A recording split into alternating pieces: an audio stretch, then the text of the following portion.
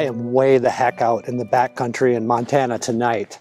I took a dirt road that led about 30 miles up to this lake, and it was a rough, gnarly, mountainous road to get here. And I'm camped out in the middle of the woods tonight, so it was a spectacular day. I left Glacier National Park this morning where I was camped on the river, and then headed across some of the flatlands of, I would say, central Montana, and then back into the mountains again to where I'm going to finish up the night here at this place. And this is just awesome. This is definitely the most remote that I've been so far on this trip. So the sun is going down. I'm still in my riding gear. I'm going to set up camp before it gets completely dark. What an epic day of riding today. Just so good. It's so nice to be out here camping, have you guys along with me. We're going to cook something simple tonight. We might even build a fire. Yes, we're going to build a fire.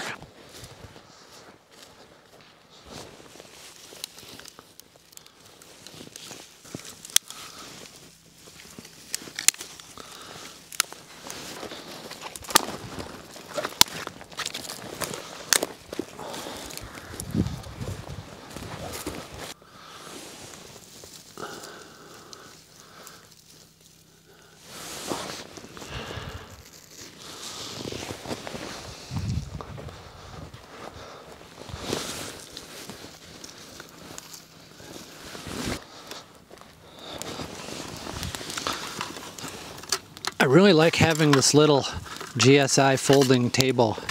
It kind of makes me feel civilized when I'm out doing this. And you know, it's practical. Like, it really makes a difference keeping my food up off the ground and having a level surface to cook on or to eat on or to prepare food. It's just one of those little luxuries on a trip like this, and I'm, you know, riding a big 1200 GS, so I feel like I can carry a little bit more, or at least as much as any other adventure bike. But, you know, you still have to be reasonable in what you bring, so I would consider this sort of one of my luxuries on this trip. And also maybe the fact that I have both a hammock and a tent. But I did forego the sleeping pad. Sacrifices, you know? So there we go. That'll work. I'm still going to use the firebox stove to cook on, just because, you know what, I'm having fun with it. I'm getting used to it. It's super cool. You just slide out the fire sticks here. It opens up like a book. The ashtray comes out the bottom, and then it just goes like that, and this bottom part just kind of goes down to provide a base for it. There you go, simple as that. I'll put the ashtray in the bottom here, just like that. Voila, firebox, love it. Tonight is a 2-fire night.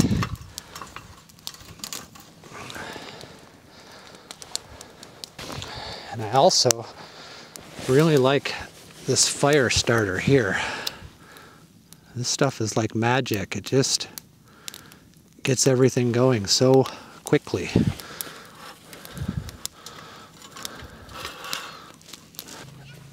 So with this firebox stove, ideally, you want to have a bunch of straight sticks that are just kind of long and straight. This is a small one, for example. But the reason is that you can side feed like that, and you just push them in as you go, and it works really well.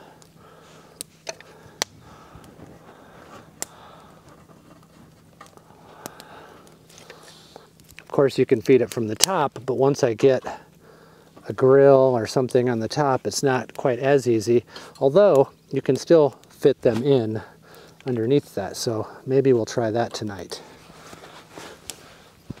So this pot setup I'm using, it's called a billy can, a billy bush can or something like that. It's really functional. It's really cool. It can cook a lot. I have my coffee cup in here and a metal cup that my coffee cup nests inside of. So I've got this metal cup, and then my coffee cup nests inside of it, and then my AeroPress. That's my coffee setup. And then some gloves for tending the fire. And there's my lid for my coffee. And then this case just sort of sits on the top of it, and it has my little MSR stove and my coffee. So we're gonna get some water boiling here. Get that on the firebox for our dinner. Tonight's dinner is a just add water dinner. And one of the cool things with this pot here is that when you put the handle up, you can click these into place here, and that kind of holds this handle in position. So the handle doesn't get hot when you're cooking, and you can very easily grab it, and if you wanted to, you can even pour from it. It's very sturdy in that sense. These little metal fire sticks are the simplest way to provide something to set your water on. So if you were to look on a map, we're pretty much directly north of Livingston, Montana, up in the national forest up there. And as you can see, I did my afternoon stop like a good boy at the convenience store to load my hydro flask up with some cold lager, which is still very cold and very tasty at the end of the day. You know, I've kind of come to the conclusion that there are three things that I require at the end of a long day's ride: cold beer, a hot meal, and a comfortable bed. I think I'm going to have all three of them here tonight.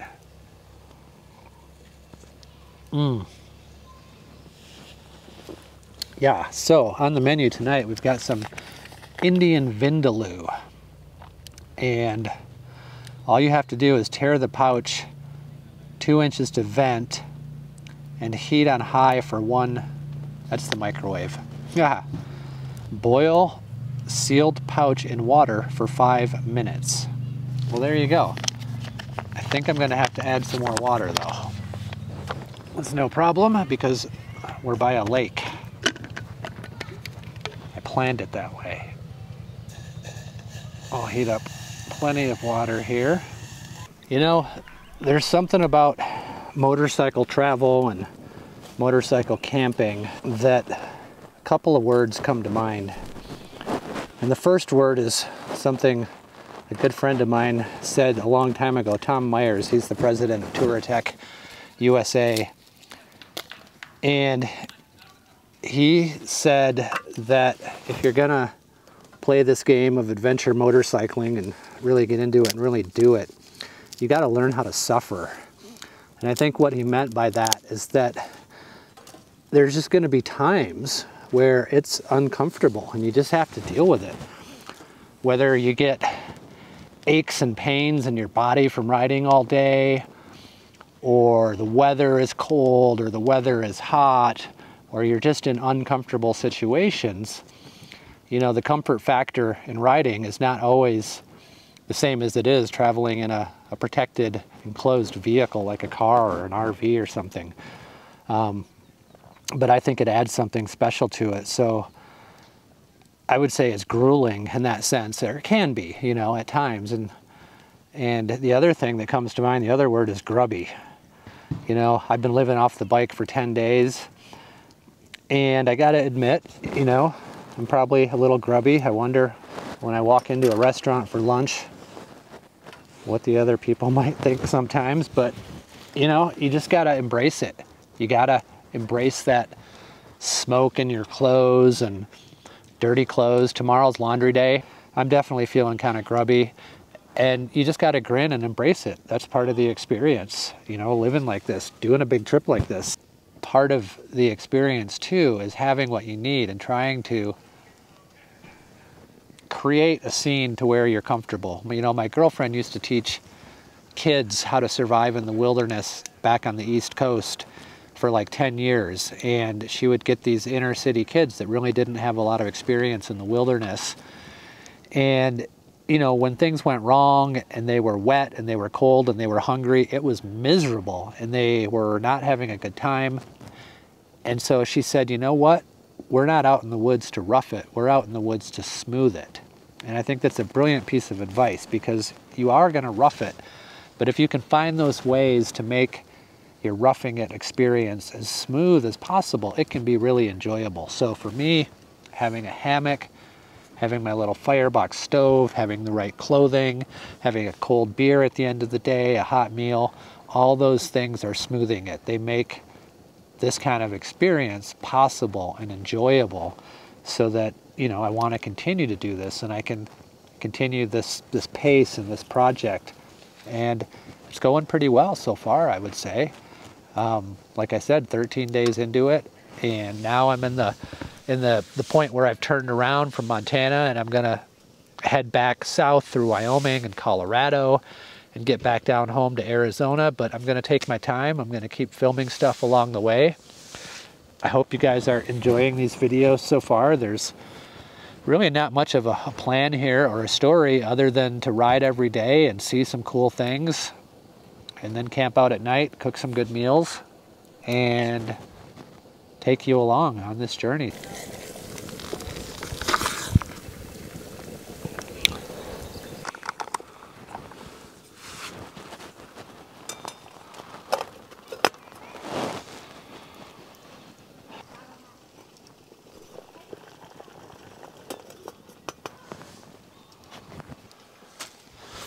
Say that's been about 5 minutes. Let's have a look here.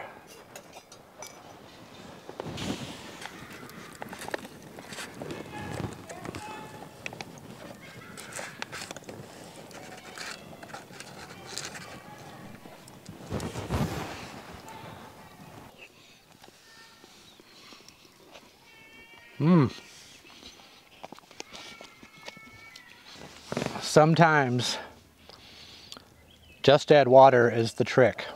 There's a lot of camp meals that you can purchase that all they require is hot water. And a lot of people only cook that way. They bring a jet boil, boil water, pour their water into the bag. I can't do that all the time. Sometimes it's fine, but I need to cook a little more than that. I need to cook up a steak on the grill, or some fish, or some vegetables, some fresh food. And it's a fine line, I gotta admit. You can't get too gourmet motorcycle camping. The hard thing is being able to purchase just enough food for yourself. It's hard to buy single serving fresh food unless you can hit a little bulk food store or a co-op or something like that, where you can purchase like one piece of meat and just a few little vegetables and things like that. So in those cases, when you can't do that, we'll do some Indian food.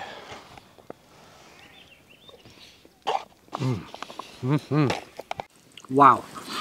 Watch out. If you ever get this stuff, this Indian Vindaloo curry, this is some serious spice here.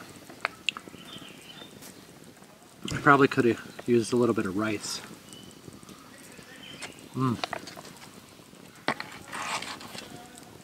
So tomorrow we'll head south through Big Timber, and then we'll get on to the Beartooth Pass, and then it's into Wyoming. Well guys, I'm almost done with my 2 beers here, so I'm gonna crawl into my hammock pretty soon. I hope you guys are getting something out of this, and encourage you to keep watching. There's going to be lots more to come. I still have 20 days left, almost 3 weeks, to get from Montana back down to my home in southern Arizona. So stick around, there's more to come.